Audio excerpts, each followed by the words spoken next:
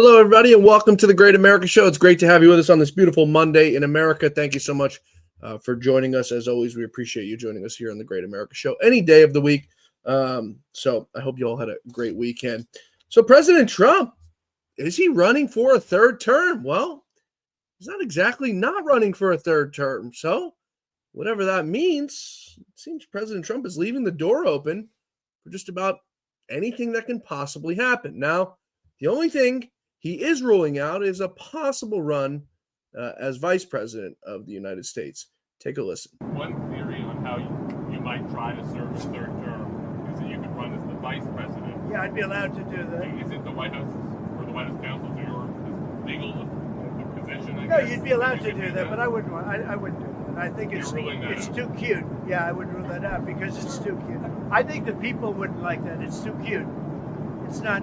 It wouldn't be right. The plan, of course, he's referring to is him becoming vice president, for J.D. Vance to run for president. This is one that the left has floated. For then J.D. Vance to step down and let Donald Trump become president again. I mean, it's absolutely absurd. Nobody would ever agree to that. J.D. Vance would never agree to that. Nobody would agree to that. And I don't think there's very many people who'd rather become vice president after becoming president of the United States. You know, it's funny. I used to joke with Lou Dobbs. There was no secret that he and President Trump were bestest of friends. And there may have been talks about Lou Dobbs running for president. There may have been talks about Lou Dobbs being a vice president. I'm not going to confirm or deny them. But when I would talk to the great Lou Dobbs about it, he'd say, you know, I now have no interest in being vice president of the United States. You essentially do absolutely nothing. So that was always his take on it. So never had any interest in it. So I guess that's President Trump's take on it too. But the good news is he has no interest in that. So that means that there's a possibility that President Trump seeks a third term. He was asked about it on Air Force One just a day ago, and he had this to say. Now, the reporters are in a total meltdown. The mainstream media is in a total meltdown. Here he is. Sir, Steve Bannon said in a recent interview that there could be plans for you to be able to run and potentially win a third term in 2028. Is that something you'd be willing to challenge the court to be? Well, I haven't really thought about it. We have some very good people, as you know, but I have the best poll numbers I've ever had. I mean, I just solved 8 wars, and a 9th is coming. I believe Russia-Ukraine will happen. You said that for 2028, they're very good people. Well, we have great people. Well, I don't have to get into that, but we have one of them standing right here. We have J.D., obviously. The vice president is great. I think Marco's great. I think, I'm not sure if anybody would run against us. I think if they ever formed a group, it would be unstoppable. I really do. I believe that. I would love to do it. I have my best numbers ever. It's very terrible. I have my best numbers. If you read it, am I not ruling it out? I mean, you'll have to tell me. All I can tell you is that we have a great group of people, which they don't. They have Jasmine Crockett, a low IQ person. They have AOC's low IQ. You give her an IQ test, have her pass like the exams that I decided to take when I was at Walter Reed. Those are very hard, they're really aptitude tests, I guess, in a certain way, but they're cognitive tests. Let AOC go against Trump. Let Jasmine go against Trump. I don't think Jasmine, the first couple of questions are easy. A tiger, an elephant, a giraffe, you know. When you get up to about 5 or 6, and then when you get up to 10 and 20 and 25, they couldn't come close to answering any of those questions. The readout from Walter Reed mentioned advanced medical imaging. Did you get an MRI? Can you tell us what that was? I did. I got an MRI. It was perfect. Yeah. I mean, I gave you the full results. We had an MRI, and in the machine, you know, the whole thing, and it was perfect. Yeah. Can you say what in particular they were? You could ask the doctors. In fact, we have doctors traveling with us, but I think they gave you a very conclusive. Nobody has ever given you reports like I gave you. And if I didn't think it was going to be good, either I would let you know negatively, I wouldn't run, I'd do something. But the doctor said some of the best reports for the age, some of the best reports they've ever seen. One theory on how you might try to serve a third term is that you could run as the vice president. Yeah, I'd be allowed to do that. Is it the White House or the White House counsel to your legal No, guess. you'd be allowed to You could do that, but I wouldn't. I wouldn't do it. I think You're ruling that it's out. too cute. Yeah, I would rule that out because it's too cute. I think the people wouldn't like that. It's too cute. It's not. It wouldn't be right. There you heard President Trump there again ruling out any thoughts of him becoming vice president to J.D. Vance. The polls, President Trump talking about we'll talk about polls in a second, but the medical results President Trump talking about is he just did his full physical a few weeks ago, not even a few weeks ago, I think it was last week. Everything thank God came back great. Did a full cognitive test. Obviously, everything is good. Everything's working there. The elevator is reaching the top floor, unlike our last occupier of the Oval Office. MRI, I think, of the body to look for any sort of cancerous masses or anything like that. Thank God, coming back good. So the man is in absolutely terrific health. And then this is a man, folks, you got to remember, okay, because everyone seems to have forgotten about it now. And I forgot about it until earlier today watching these clips. That this was a man, like a few weeks ago, the mainstream media was out here telling us he died over the weekend. Remember, he hadn't golfed for like 3 or 4 days? It was like a lose-lose situation. If he goes out and golfs 3 days, he's a loser and he's not doing anything for the country. If he doesn't go out and golf for 3 days, he's dead. So it's like, which one is it? Is he alive and well, or is he dead in a ditch somewhere? So that was the mumblings just a few weeks ago that he was dead. He had died over the weekend. It's funny now because we know that everything is good with him and his health is great and he's in terrific health. But think about how sick these people are. Obviously, they wish harm upon him because they can't stand him. They Trump derangement, shits through everything else. But these are sick people. Now, he was talking about his poll numbers, which Rasmussen does his daily. That's really the only one I care to even look at is Rasmussen because they do a daily tracking of him. Then he floats between 46 and 48% approval rating.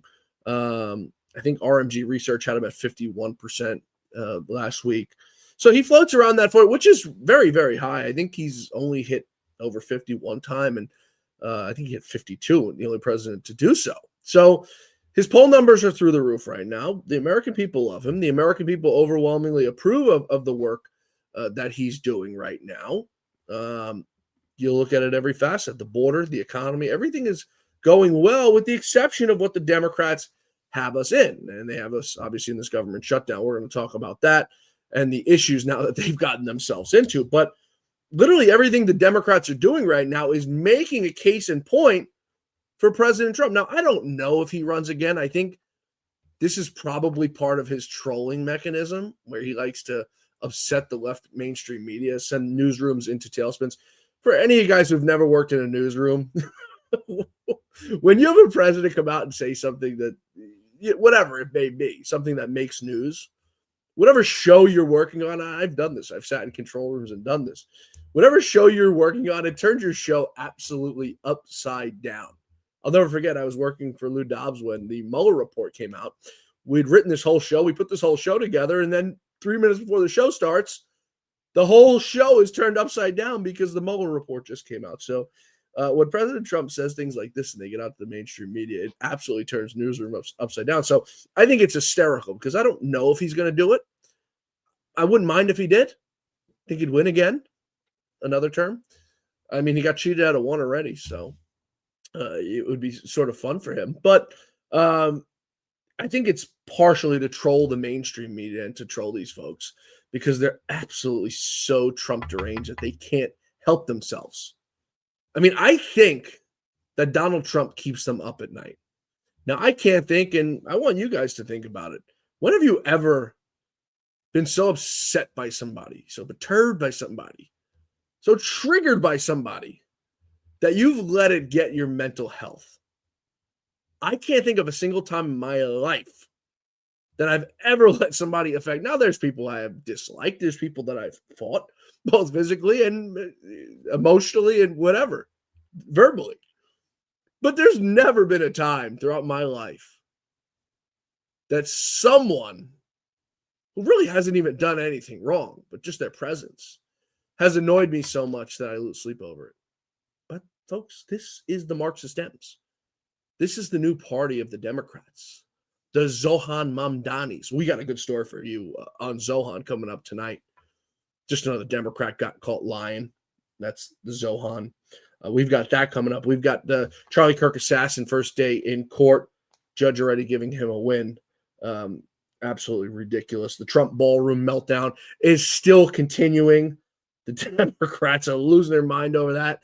But we found a story from about 16 years ago regarding this ballroom. We're going to tell you about that. Author Stephen King is off the rails again. I think he's off his meds, losing his mind. And Joe Biden is resurfaced. Out spewing hate again. Just can't help himself, old demented Joe. Folks, we're live tonight here on Rumble, YouTube, Twitter, Facebook. Please be sure to drop a comment in there. We'll get to your shout-outs, comments, all of that good stuff. Even the haters, we're welcoming you guys as well. We don't shy away from it. So we appreciate you tuning in. We're live tonight. We're going to take a quick break here. On the other side of this quick break, we're going to talk about all those things that I just mentioned and much, much more. Folks, please stay with us. We're coming right back. Happy Monday. This past year has been one of the hardest in MyPillow's history. It's because of you that we're making it through. My employees and I want to thank you for your continued support by extending our wholesale prices on classic MyPillows. Get standard classic MyPillows only $14.98. I can't believe I'm even saying that. Only $14.98. But it gets even better. Upgrade to a queen size MyPillow for just $18.98. King size only $1 more. Get my body pillows $29.98 and multi-use MyPillows for only $9.98. So go to mypillow.com or call the number on your screen. Use your promo code to take advantage of these wholesale prices, including my standard size MyPillow, originally $49.98, now only $14.98. Queens $18.98, Kings only $1 more. Not only that, order $75 or more, ship absolutely free. From all of us here at MyPillow, thanks America! Thanks, everybody, for staying with us here on the Great America Show on our live stream. Shout out to Kelly Song. Thank you so much for tuning in every night. Kelly G Wi-Fi, Melissa Rose, appreciate it. Fall Girl, Strafer, always appreciate you guys tuning in. Let us know, folks, where you're tuned in from tonight here on the Great America Show. So what should we talk about first? Should we talk about Joe Biden going into his mental breakdown? Should we talk about the Trump ballroom saga that's got the Marxist Dems going crazy? Stephen King, Zohan. I mean, they give us so much ammunition, metaphorical ammunition, of course, folks, to go after them with because they're just so damn dumb. Let's talk about Joe Biden and how he spent his weekend. A very sick man, Joe Biden. I mean, obviously going through cancer treatments right now, but just demented as well. I mean, I think he's been demented his whole entire life. But he was out from a hiding Sunday night. 82-year-old Biden was speaking publicly for the first time since completing his first round of chemo treatments for his aggressive prostate cancer. He was being presented a Lifetime Achievement Award for inspired, sorry, I can't say this with a straight face, for inspired leadership from the Edward M. Kennedy Institute in Boston, Massachusetts. Biden, of course, had no choice but to turn his speech into just a massive Trump berating because I think he's jealous of him. It's a president who's doing a hell of a job. You're a president who did absolutely nothing. You were an occupier in chief. But Joe Biden says we're in some of the darkest days America has ever seen. Friends, I can't sugarcoat any of this. These are dark days. But we're one of the only countries in the world that time and again has come out of every crisis we faced stronger than we went into that crisis. Every one. And after half a century of watching this, sometimes move to the brink before finding our true compass again. I still believe we'll emerge, as we always have. Stronger, wiser, more resilient, more just. So long as we keep the faith, remember who in God's name we are. There you heard him doing his yelling and screaming, from whispering to yelling. Darkest days. I'm just thinking back at the days of the Biden White House. Cocaine found in the White House. You had the guy from the Department of Defense, the bald guy, who was a cross-dresser, who was stealing women's suitcases from the airport. You had a secretary, I think it was HHS, who was a cross-dresser, tranny. You had Lloyd Austin, who came out in a full galactic face shield during COVID. You had a president who'd fall pretty frequently. You had a president whose son was just a low-life junkie, frequenting prostitutes, snorting coke, smoking crack. You had a first lady who thought she was a doctor. What else? These are just off the top of my head, folks. No teleprompter, no notes. You've got the White House. You folks remember when he turned the White House into a tranny fest? Where he had trannies walking around with their breasts out on the lawns of the White House? How about the record level of men and women's sports? To me, folks, those are dark days for America. If you want to talk global, 2 new wars started under Biden. Ukraine and Russia, Gaza and Israel. What about the catastrophic withdrawal when we watch those service members be killed? To me, as an American, I like to think of myself as a good American. I try to be the greatest I can be. Those are dark days for America. So I'm not entirely sure what Biden's referring to. That's designates that we're in dark days right now. We're in a government shutdown, yeah. A Chuck Schumer government shutdown. We're seeing record number, over 2 million this year alone, of people being deported who are in this country illegally. Yeah, that's great. That's good for America. We take our country back. We're going to ensure that the official language of America is English and not Spanish.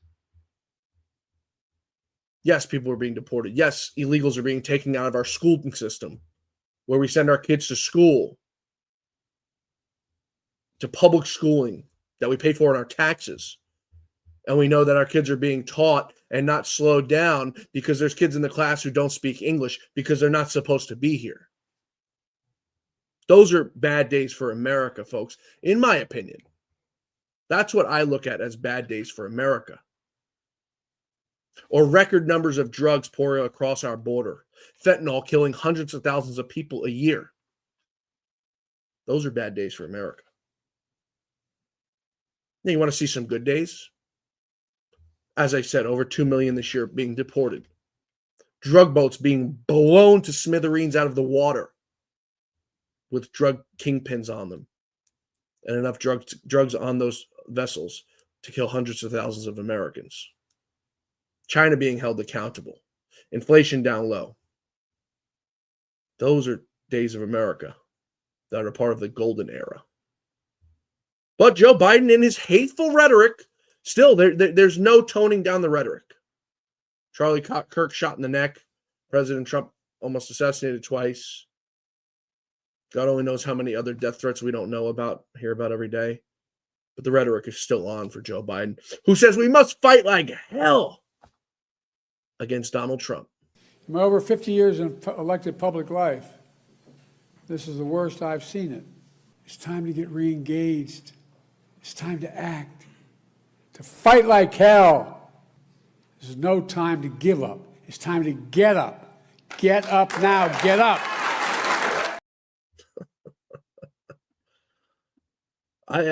He must have been paid a lot of money, I guess, for that speech, along with that BS award that he was giving, Lifetime Achievement Award. I wouldn't give that guy an award for being dog walker. Yet somehow he's being given awards. Scary, scary stuff. He's just as Trump deranged as the rest of them, though, folks. And speaking of Trump deranged, we've got a new loser of the day.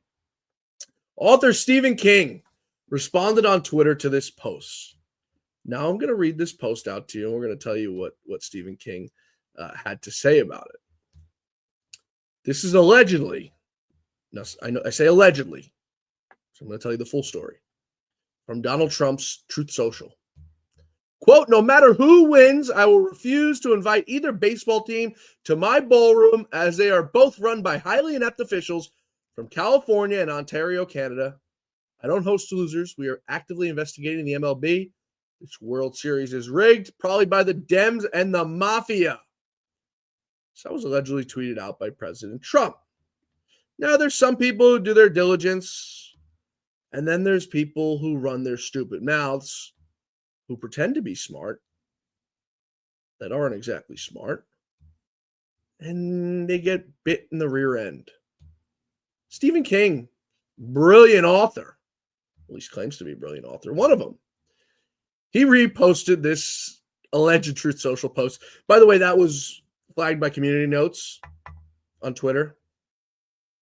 And what the Community Notes says is, quote, this claim stems from a fabricated screenshot. Fact checks in the White House confirm no such Trump post exists. The image came from a satire account and never appeared on his platforms. But Stephen King didn't do his diligence because he's Trump deranged and an idiot. And he says, quote, Trump won't invite either team playing in the World Series to the White House. He can't rise above his petty political concerns, even for the great American game. If anything shows what a louse he is, that's it. And he still hasn't retracted that tweet. Folks, you can't make these stuff up. You cannot make this stuff up. These people are just Trump deranged lunatics. And they really bear no boundaries of stupidity. Which, you know what? I've got to thank them for it because it makes my job so much more fun. It brightens up our lives every day. With anything that brings you down when you've got the Democrats in your lives, folks. We're going to take one more quick break here, folks. When we return, Charlie Kirk's assassin, first court appearance, get already given a win by the judge. We'll tell you about that. President Trump's ballroom, we're going to tell you the story behind that. And the Marxist Dems, the government still shut down because of the Marxist Dems as we're approaching what will be history for the longest government shutdown in history. And Zohan Mamdani caught lying. Imagine that, folks. A Democrat caught lying. Yeah, but Donald Trump's the liar. We're coming right back, folks. Please stay with us. Just like all of you, I had problems sleeping. I had tried every pillow out there and nothing worked. I'd flip-flop all night, use my arm for support, and fall asleep, or I'd wake up with a sore neck or maybe a headache. Well, quality sleep comes from keeping your neck straight at night. You have to fill in that space between your head and your bed. That's why I invented MyPillow. MyPillow's patented fill adjusts to your exact individual needs, and it doesn't matter if you sleep on your back, stomach, side, or any combination of all three. When I got MyPillow, I'm asleep almost immediately. I stay asleep at night, and I wake up more well-rested in the morning. So go to MyPillow.com or call the number on your screen. Use your promo code to get Classic King MyPillows for only $19.98. Queen size just $18.98. Standard Classic MyPillows only $14.98. That's right, only $14.98. Plus all orders $75 or more ship absolutely free. For the best night's sleep in the whole wide world, go to MyPillow.com, folks. MyPillow.com/John for all your savings. I just did my bedding checkout, or I've changed it now for the winter, with all MyPillow products. Everyone laughs at me whenever I travel, and I've got some trips coming up here in the next 2 months. I take a MyPillow. I waste a bag to bring my MyPillow in because I cannot sleep without it. It's got me hooked. So the Trump ballroom that the Marxist Dems are absolutely going berserk over. Well, the story gets a little bit more interesting now. More interesting, I guess, than it's been so far. The Democrats are going berserk that President Trump has decided to tear down the East Wing to build this ballroom to host world leaders. The good news is President Trump whatever he seemingly does carries receipts with him. A Wall Street Journal article this week calls out the Obama administration for turning down President Trump when he offered President Obama in 2010 to build the ballroom on his dime. The Wall Street Journal says, quote, for at least 15 years, Trump tried and failed to build a grand ballroom at the White House that he could boost extravagant dinners for world leaders, lawmakers, and celebrities. In early 2010, President Barack Hussein Obama's top strategist, David Axelrod, got a call from Trump, then a real estate developer and reality television star. They were connected via MSNBC's Micah Brzezinski, who had closer ties to Trump at the time. Obviously not anymore. He said, quote, you have those state dinners in shitty little tents, Axelrod recalled in an interview. He said, I build ballrooms. I build the most beautiful ballrooms in the world. You can come to Florida and see for yourself. Trump offered to build a modular ballroom at the White House that could be deconstructed. Quote, I was thinking we're in the middle of a recession. I'm not sure about this, Axelrod said. Axelrod suggested that Trump get in touch with Obama's social secretary about the ballroom. They, of course, didn't connect. The Journal noted that Trump had approached the ballroom the way he approached other building projects in the past, discovering how to control the regulatory process and finding loopholes to allow construction. The ballroom is being built now with private donors, with costs reaching an estimated $350 million. So this is not just a Trump thing. This is an America thing that Donald Trump tried to do 16 years ago for a Democrat. And he hated Obama. Imagine that. This is the Democrats, folks. Just when you think they can't get any sillier, they go ahead and they surprise us all. And they get even more silly. Senator Chris Murphy, Marxist Dem from Connecticut. I got to say, folks, the mainstream media has been on these Democrats' backs, and I don't know why they're doing any sort of media.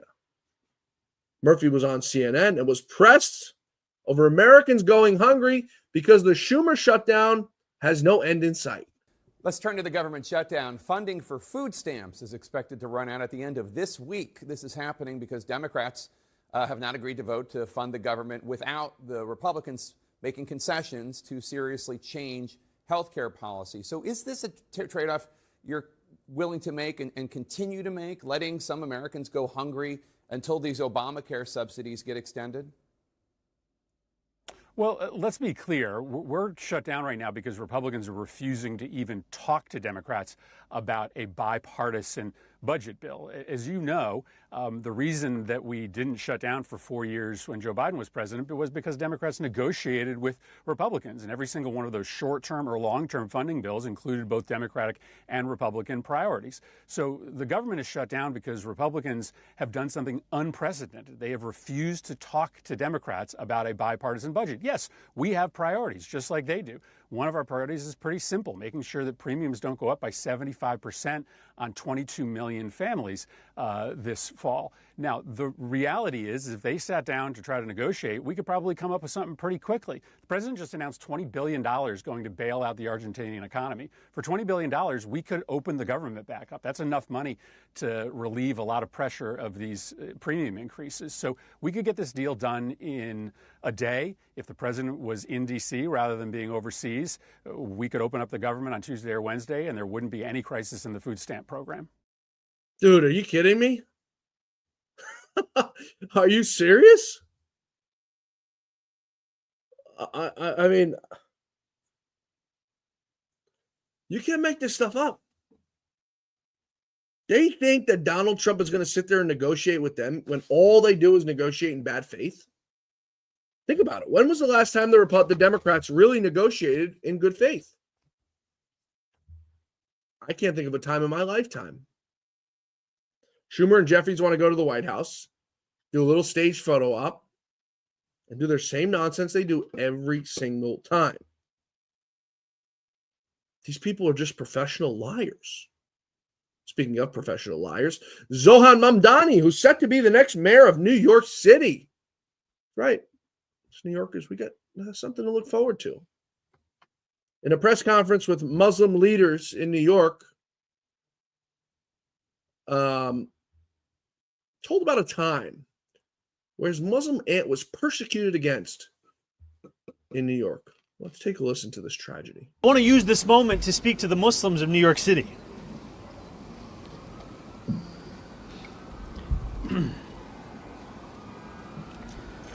I want to speak to the memory of my aunt.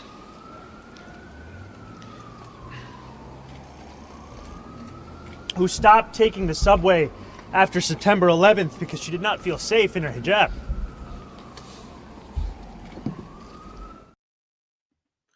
So his aunt didn't feel safe taking the subway in New York City because she wore a hijab. Interesting. There's one issue with what Mr. Zohran Mamdani is telling us regarding that story. It turns out Mamdani's aunt, according to her own LinkedIn, wasn't living in New York or America, for that matter, at the time of 9/11. According to her LinkedIn profile, from January of 99 to December of 99, she was a public health consultant in Tanzania. Okay. And then you wonder, what'd she do after that? Maybe she came to New York? Well, no, according to her LinkedIn, from January of 2000 to December of 2003, in the time frame of 9/11, 2001, she was a senior program development officer in Tanzania. So Mamdani, it's not immediately clear what he was talking about. So she didn't live in New York, but it gets worse than that. She didn't actually even wear a hijab. I think we can get the picture up here on the screen for you folks. There's a picture of his aunt. Regular looking woman, no hijab. Just another Marxist Dem, folks. Caught lying. I mean, how do you make stuff up like this with a straight face and get away with it? I guess you get away with it because the Marxist Dems and mainstream media are, coordinated in one. But the lies and deceit, it's so laughable. The woman wasn't even living in America, nor did she ever wear a hijab, it seems. That's the Marxist Dems for you, folks. They'll lie again, they'll lie some more. And then when you catch them, they'll try to flip the script on you like the true manipulators they are. It's just, in my opinion, it's beyond laughable. Folks, before we wrap up, Charlie Kirk's assassin made his first appearance in court today. Tyler Robinson didn't actually have to go to court, appeared before video, but didn't have to show himself on video. But it gets worse than that. The judge has ruled, Judge Tony Graff, ruled that Tyler Robinson will be able to appear in court in plain civilian clothes because of the presumption of innocence. Well, if he's innocent, then let him out of jail. So he's going to be before jail because they don't want to taint the jury. They don't want anyone to think that this guy's a criminal. No. They don't want anyone to think he's a criminal. So he's allowed to go to court. Apparently doesn't have to even show up on video. And he can wear whatever clothes he wants. It's America for you, folks, where the innocent Americans get dealt the shaft, whereas the criminals, in some cases, walk free. Other cases are treated like kings. Sad. Sad this is what America's come to, folks. It really is sad. And we have nobody to thank but the Marxist Dems. That is all for us tonight, folks, on this Monday episode of The Great America Show. As always, we appreciate you tuning in. We always appreciate you tuning into a live show. here on the Great America Show. We'll be back here tomorrow. I think we've got Mark Mitchell on the show tomorrow. I want to get he's got some new polls. He called me this afternoon that he wants to come on and talk about. So we're going to have Mark on the show tomorrow. So please join us for that, for the latest polling on President Trump, among other things that Mark is working on. Please be sure to be back here tomorrow, folks. Same time, same place for the Great America Show, 6 p.m. Eastern Time. Rumble, YouTube, Twitter. If you're joining us on Rumble or Twitter or YouTube, please be sure to smash that like button. Please subscribe. Please follow. Please share. Any way we can spread the word for the Great America Show, we truly appreciate it. As it's how we spread the word, the Great America Show. So we'll see you back here tomorrow, folks. Same time, same place. Until then, may God bless you. May God bless America. And may God bless the great, great, great Lou Dobbs. God bless you all, folks. We'll see you tomorrow.